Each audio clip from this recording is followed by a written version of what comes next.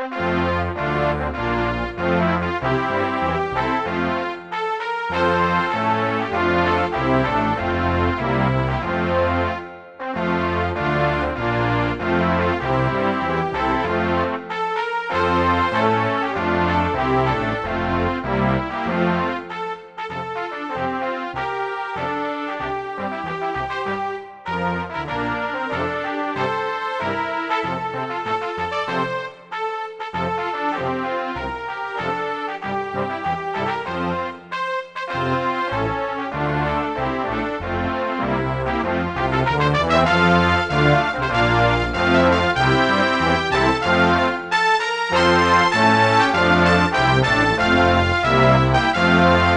you doing?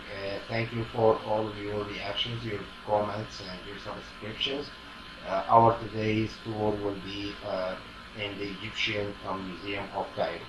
Before we start the tour, let me summarize the ancient Egyptian history. We are going to talk in a separate video in details about this subject.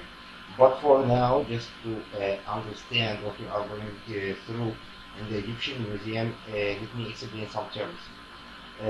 Before in a previous video or volume 1 of the ancient Egyptian history or the history of Egypt, we talked about the beginning of the Egyptian history and the predynastic period or the prehistory period, and we said we don't know when it exactly started because of the excavations that every day proves an older or more ancient dates.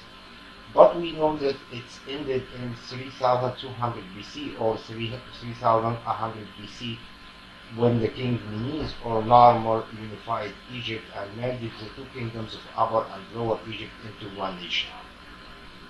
From here started the historical period or the written history of Egypt.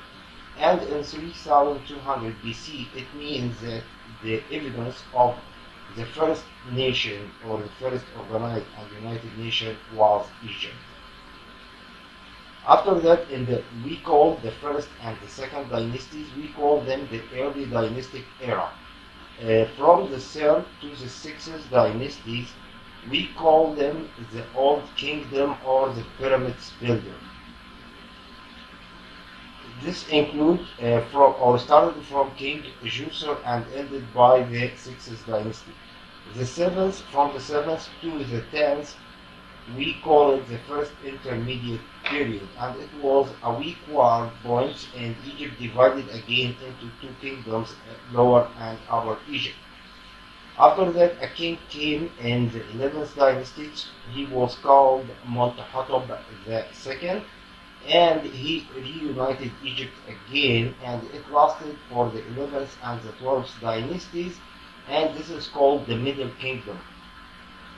Of course, the capital changed from Cairo or Memphis in the past, and after that in Ulash, and later was in Tanis, and after that in the New Kingdom was in Luxor and so.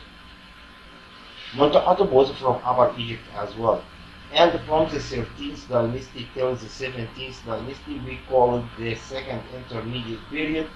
And in this time, or in the 15th dynasty exactly, came the first occupation that occupied Egypt, which called Hyksos. And Hyksos is an ancient Egyptian, or it's derived from the ancient Egyptian Hika Chassid, which means the ruler of the foreign lands, or the foreign rulers, or cattle bearers. And this is because they came from the the Arabic Peninsula, Canaan, which is Palestine nowadays, Syria, and so.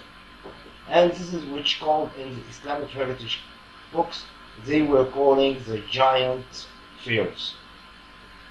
Also, it is believed that all the prophets that came into the Bible, and they are related to Egypt, like Abraham, Joseph, Moses, Harun, and so, all of them, till Jesus, except Jesus, they came in this period of time, until they have been dismissed under the leadership of Prophet Moses.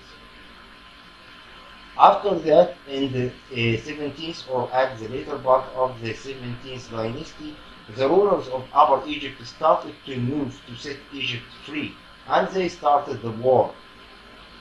which is succeeded under the leadership of King Ahmose I, and the scholars or Egyptologists considered him the founder of the New Kingdom and the 18th dynasty. The New Kingdom period includes three dynasties: the 18th, 19th, and the 20th. The 18th dynasty divided into two parts. The first part is the military glory and empire.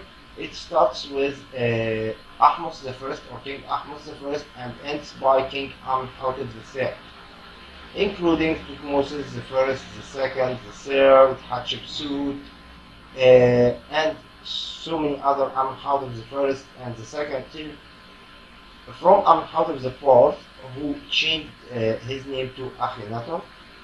They consider this is the religious revolution period, and it ends by King Tutankhamun and and Hormoheb as well, as he was the last ruler of the 18th dynasty.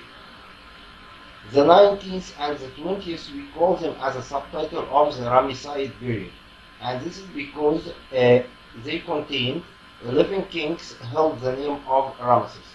Ramesses I and the second were in the 19th dynasty, and from Ramses III to Ramses XI were in the 20th dynasty. After that, all considered weak periods for Egypt and its history, starting from 21 or the dynasty number 21 until the 30th dynasty. In the 30th dynasty, the last ruler we know, the last native ruler, was called Nectanebo II, and he's appeared in 332 BC when Alexander the Great invaded Egypt. After that, Egypt underwent several occupations or several rules. Alexander the Great and his half-brother Philip Arrhidaeus ruled from 332 BC till 323 BC. After that, the Ptolemaic dynasty started after the death of Alexander the Great, and they ruled until the year 31 BC. The last ruler of the Ptolemies in Egypt was Cleopatra VII. The famous queen Cleopatra was called Cleopatra VII, and this is after her conquest, or after she conquered in Actium navy battle in 31 BC, and Egypt converted into a Roman state. Egypt was under the Roman rule from 31 BC till the era of 641 41 AD, when the Arab invaded Egypt, and Egypt converted into an Arabic state after Amr ibn al-As came to Egypt, and Egypt converted to Arabic and Islamic state. After that, the Arabs ruled Egypt for a long time, and there was several dynasties like the Umayyads, the Ptolemies, the Abbasids, the Ayyubids, under Saladin, and also there was after that they come the Ottomans or the Turkish, who ruled Egypt from 1517 till the last king of Muhammad Ali family dismissed and forced to step down the throne in 1952 after a revolution against him with the leadership of the Egyptian military. After that, there was a ruler called Muhammad Najib. He was considered the first president of the republic after Egypt converted into a republic. Muhammad Najib ruled around 2 years, and after that, in 1954, Nasser came, the famous ruler of Egypt. Nasser came, and Nasser considered the first native Egyptian ruler after Nectanebo II. So, from 332 until 1954, Egypt never ruled by an Egyptian. Muhammad Najib was half Sudanese and half Egyptian. Nasser came as the second president. After that, Egypt fell under the occupation of Israel, and after that, Sadat climbed to the throne, and he was the leader of October 1973 war, which is called the War of the 6 Hours, And also after that, Mubarak, who came and ruled for about 30 years or 31 years. And then we get into another intermediate year, which is when the religious part in Egypt were under the name of Muslim Brotherhood ruled, and Morsi was the president, and they ruled around 1 year from 2012 to 2013. But during this year, they have wasted what Mubarak built in the previous 30 years. And after another revolution on June 30th, 2013, against Muslim Brotherhood, and the rebel political movement happened in Egypt. Uh, President Sisi, or there is a president called Adli Mansour, came and ruled for another intermediate period till 2014, when Sisi climbed to the throne and he is the current president. This was a summary or a brief for the Egyptian history from the beginning till today, and this is just to know when we are saying this is returns back to the predynastic or to the modern Egypt or to the Old Kingdom, so you know where we are standing exactly. Now we are.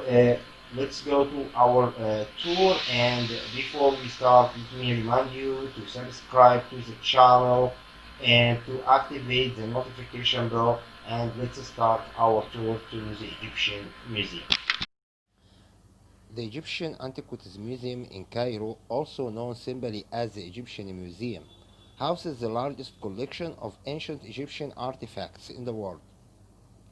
The Egyptian Museum owes its existence to the Egyptian Antiquities Service, established by the Egyptian government in 1835 to limit the looting of priceless artifacts from the country. The museum opened in 1858 with a collection assembled by Auguste Mariette, the French archaeologist, retained by Ismail Pasha, the ruler of Egypt at that time. Originally, it was held in an annex of Ismail Palace in Giza and moved to its present location on the east bank of the Nile in 1900s. Each and every one of the exhibits has its own fascinating story, but the sheer number of items contained in the Egyptian Museum means it is necessary to be selective during a visit. One major highlight is the famous Pharaoh Tutankhamun tomb collection on the museum's upper floor. The tomb of King Tut, as he is better known, was found remarkably intact by Howard Carter in the Valley of the Kings in 1922. Artifacts on display include the gold funerary mask and sarcophagus, four huge gilded boxes that fit inside each other, and an ancient throne, thrones, and even a royal toilet seat. Also, upstairs, you can find the royal mummy room, which houses the mummified remains of Egyptian rulers from the pharaonic times. These exhibits command an additional entrance fee, and there are also restrictions on the use of photography. However, it's still worth going upstairs even if you don't enter the royal mummy room, as the adjoining rooms has a nice assortment of mummified animals and birds. The Egyptian Museum address is Tahrir at downtown Cairo. Egyptians refer to downtown as West al-Balad, or in other words, the heart of the city.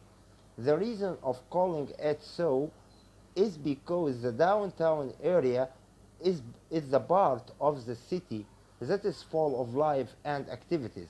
Cairo is sometimes called the city that never sleeps of Egypt, and so far, downtown, it is not only the heart of Cairo, but also the center of every life activity and facility, and the hub for different cultures. Downtown is famous for Midan Talat Harb and Midan al-Tahrir, and those are the most famous squares in this area.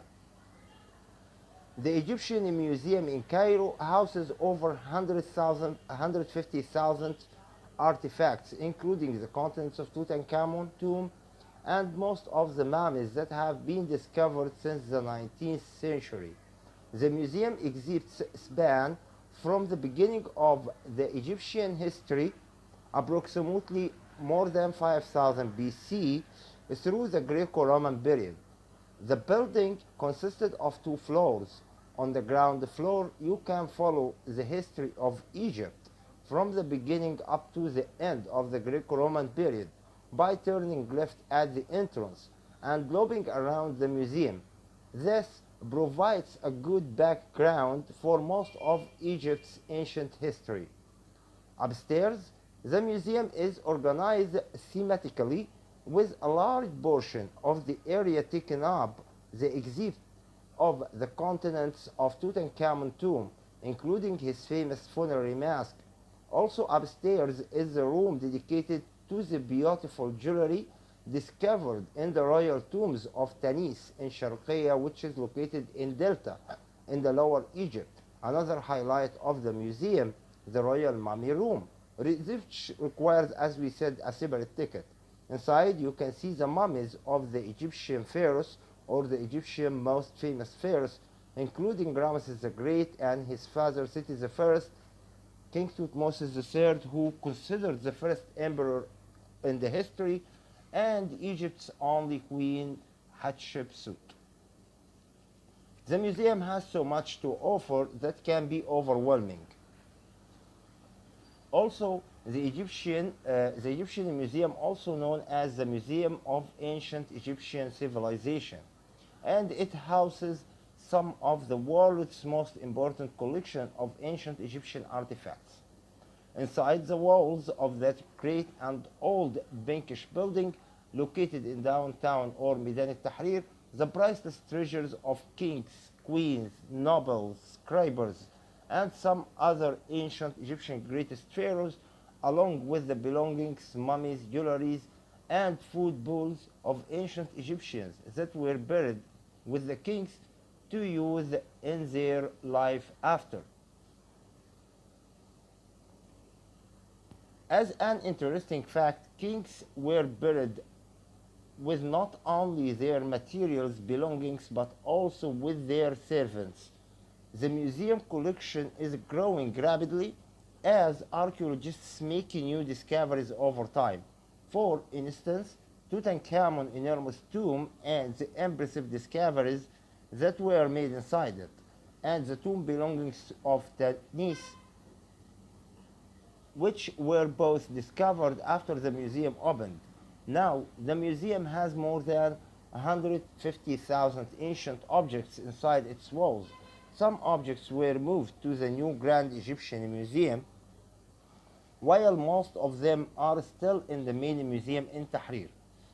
The museum in Tahrir will remain the major spot for the ancient Egyptian heritage even after the opening of the Grand Museum. In 1835, Muhammad Ali Pasha, the ruler of Egypt at the time, completely banned the export of ancient Egyptian antiquities in order to protect the country heritage, though he has gifted some of them to Europe, like the obelisk in France, in Place de la Concorde in Paris. It is being presented by Muhammad Ali in 1836.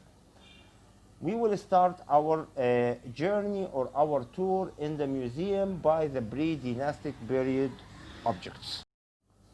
This terracotta vase exemplifies several figures unique to Naqada's second period, particularly its convex shape, flat rim, and tubular handles. The flat buff vase is designed with iconography depicting flamingos, dancers, and boats. Its height is 22 centimeters and its diameter is 5 centimeters. While this oval face represents a man or perhaps a deity, the face has holes of various shapes and sizes representing the eyes, nose, trills, and mouth.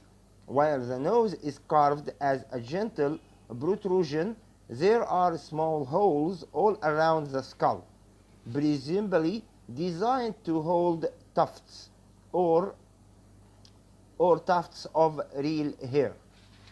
The entire face was apparently painted ochre or orange yellow and still bears visible traces of the color.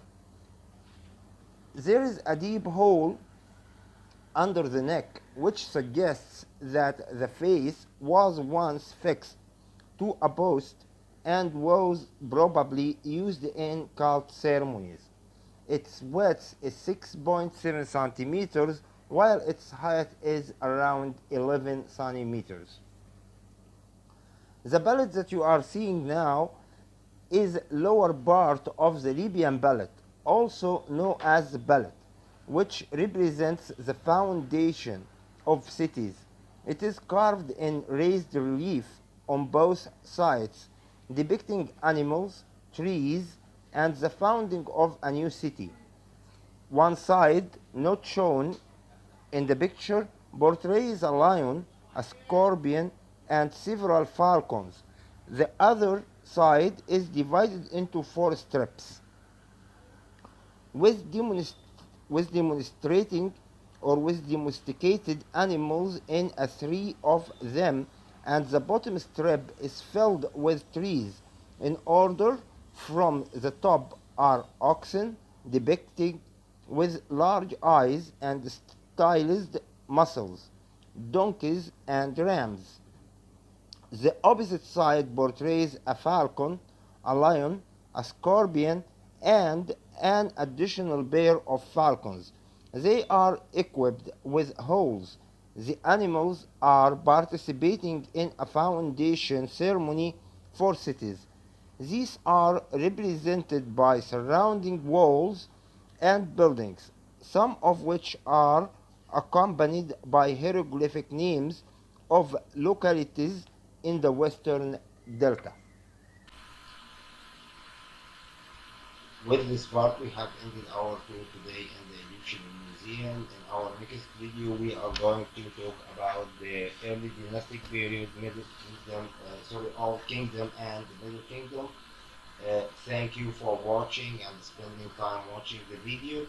I wish you have enjoyed it. I would like to remind you to subscribe on my channel to have all the updates of the new videos and continue the series of the mysteries and treasures of Egypt. If you have had any questions, please feel free to ask them and to send me your question even under the video or through my official Facebook page. You are going to find the link of it under this video. Till we meet again, I wish you all the best. Have a good day.